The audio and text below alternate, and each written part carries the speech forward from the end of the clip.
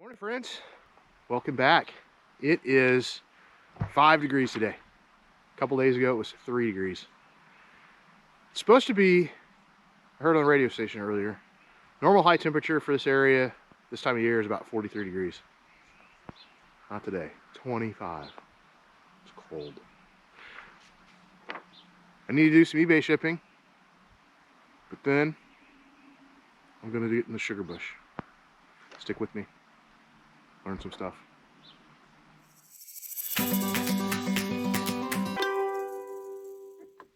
All right, up here in town, I got to drop this package off at the post office. And then I'm going to eat in Sergeant Rick's. Probably read my latest QST magazine that came in. And let it get warm a little bit. I'm not in a real big hurry.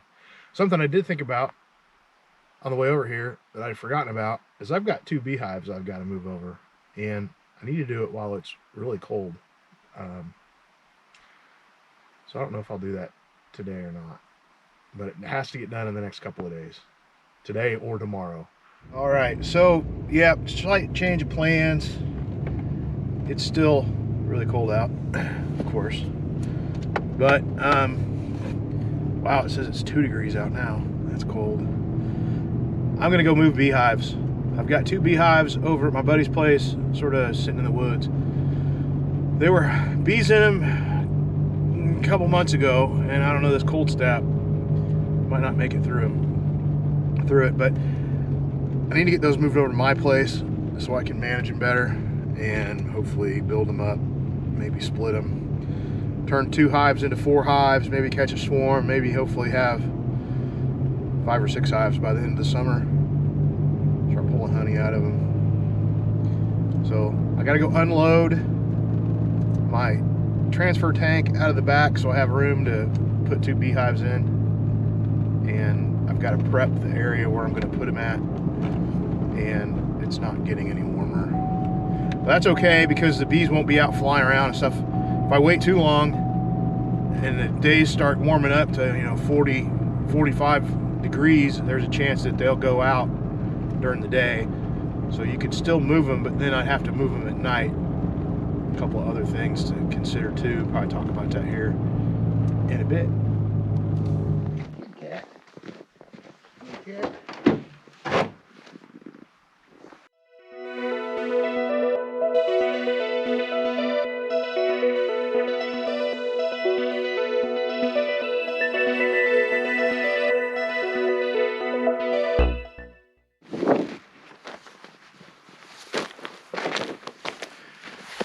All right, so got the snow pulled off.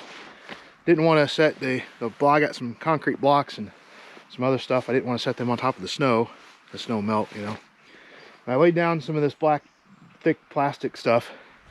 So now I need to go over to my buddy's place and get the hives. All right, made it over here. It's only about a mile away, but sent a message to my buddy. He's gonna come up there, help me out.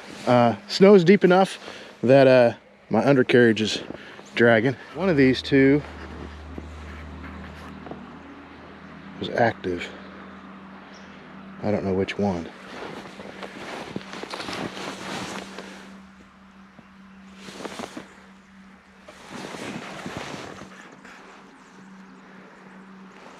Stick my fingers up in there and find out, I guess.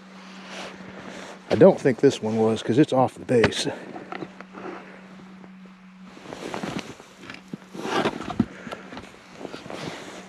All right, let me, well, that was partly successful. There were 2 hives up here a couple months ago, and there's just one now that I loaded up. The other hive actually had a pretty good super full of honey, but the bees had died apparently. So I grabbed the super full of honey, and it's got bee moss in it. So you can't put that on an active hive because it'll transfer those bee moths over. The bees typically will fight off the moth and other invaders, but you don't want to stress them out. So I could probably take the honey and pick out clean frames and then use it to maybe feed them and hopefully keep this hive going. I got a feeder that I'll put on. Need to go get some sugar from the store. Actually, I might have a bag of sugar. I mix up some sugar water and get that feeder going, and hopefully they'll get some energy and punch through this cold snap here that we have at near the end of February. All right, back over here at the property, and I've got my area set up. I've got some concrete blocks, I've got some boards, I've got the one hive that has bees in it, and I've got that honey super that's got honey in it. So get this going and get that hive set out here where I want it at, and then we'll pop the top off of that honey super and give you guys a look at what a honey super looks like after it's been abandoned or whatever happened.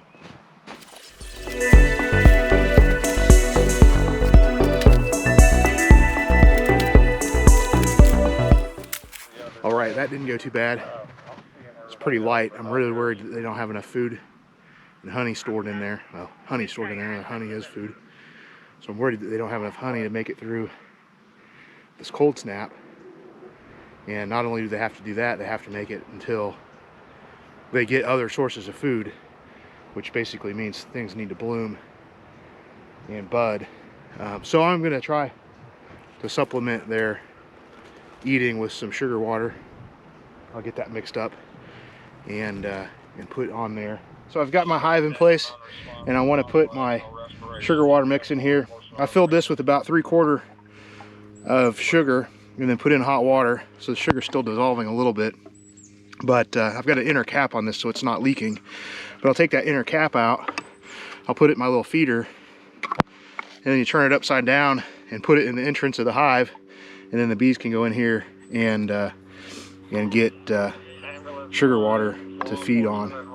But I need to take this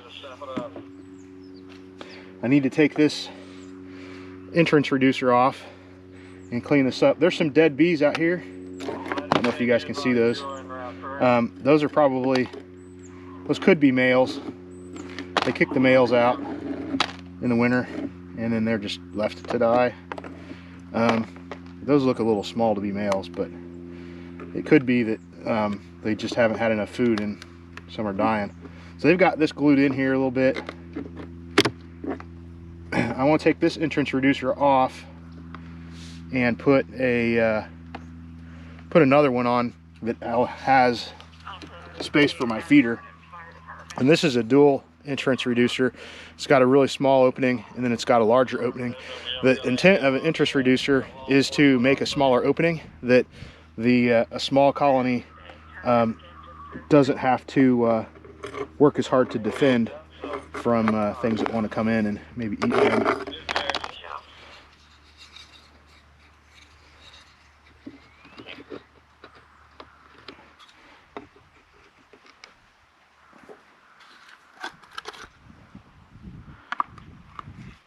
So bees are actually active in the wintertime. They do not hibernate. Some people think they hibernate, but they don't. They're active in there, and they actually will exit in the wintertime to go poop. Everybody's got to go poop. All right, half pint. All right, so got the feeder on here, and get the entrance reducer in there. That's a good. It'll help them out defend when other critters start flying around. And hopefully as one or two come out to go poop, they'll go, hey, what's this? And they'll fill up, and they'll take it up and let the others know there's a feeder on here. Body with frames in it, so I robbed the good frames out of it and put into here.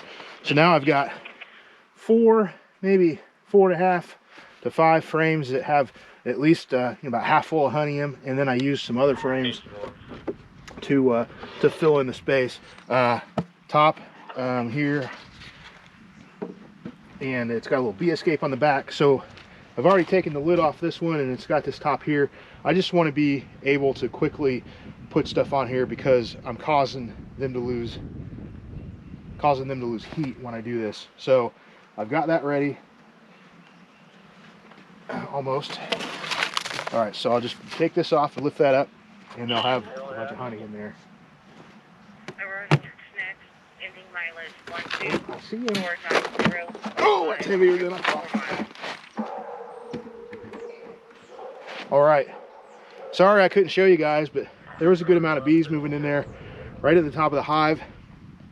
And now they'll have this, and they should be able to make it through until spring, hopefully.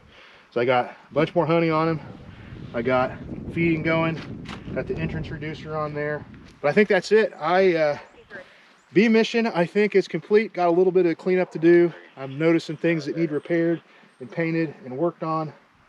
And as soon as sugaring season's done in the maple sugaring area, I'll have to get back into doing my hives, and then I'll hopefully have honey to sell at the end of the year. I think that's going to be it for today, guys. Take care. Maybe the sugar bush tomorrow. We'll see.